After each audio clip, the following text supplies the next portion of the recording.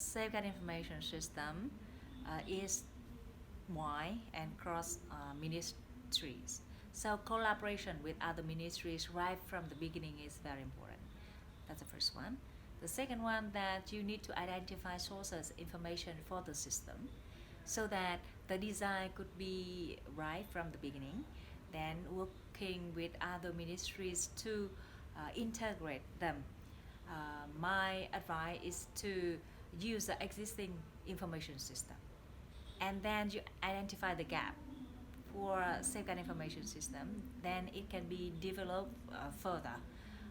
But I think that for us, when we identify, for example, information from the forestry and agricultural sectors are the driving force first, and then we can add other system into the information system, so make it work. So that means we don't need to achieve everything at the beginning. We can do it in phases. So that's why what our Vietnamese is doing.